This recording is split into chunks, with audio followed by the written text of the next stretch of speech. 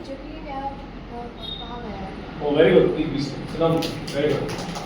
भगवत गीता एक ऐसा ग्रंथ है तो जितने लोग सफल हुए, अभी हम इन दिनों भी सुनते हैं, हमने सुना है एपीजे अब्दुल कलाम हमारे प्रेसिडेंट थे, राष्ट्रपति थे एपीजे अब्दुल कलाम, विक्रम साराभाई, और हमारे एक पूर्व विधायक है, वो भी इस विषय में बहुत लिखते रहते हैं, यूनिया में रहते हैं, बद्री प्रसाद गुरु जी वो भी बहुत सारी चीजें लिखते रहते हैं इस विषय में।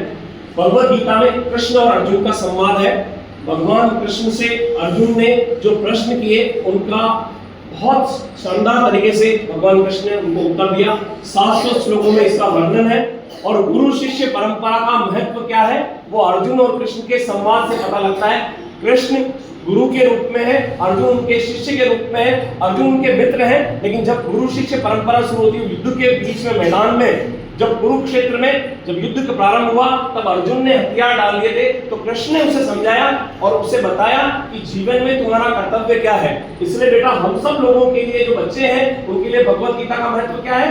भगवत गीता में कहा गया है कि जो काम आपको करना है, जो काम आपको दिया गया है उसको पूरी ईमानदारी से करो। जैसे हमारा काम क्या है, पढ़ाई करना, आपका काम है पढ़ना और जानकारी लेना, तो बहुत अच्छे से पढ़ाई करो, अपने माता पिता का सम्मान करो और अच्छे से पढ़ाई करनी चाहिए। भगवान कृष्ण ने अर्जुन को यही कहा कि जो तुम्हारा कर्म है उस कर्म को करो। मुझे बहुत अच्छा श्लोक लगता है, सर्व धर्मान् परित्यज्य माम एकम शरणं व्रजाय अहम त्वां सर्व पापेभ्यो मोक्षयिष्यामि मा शुचः।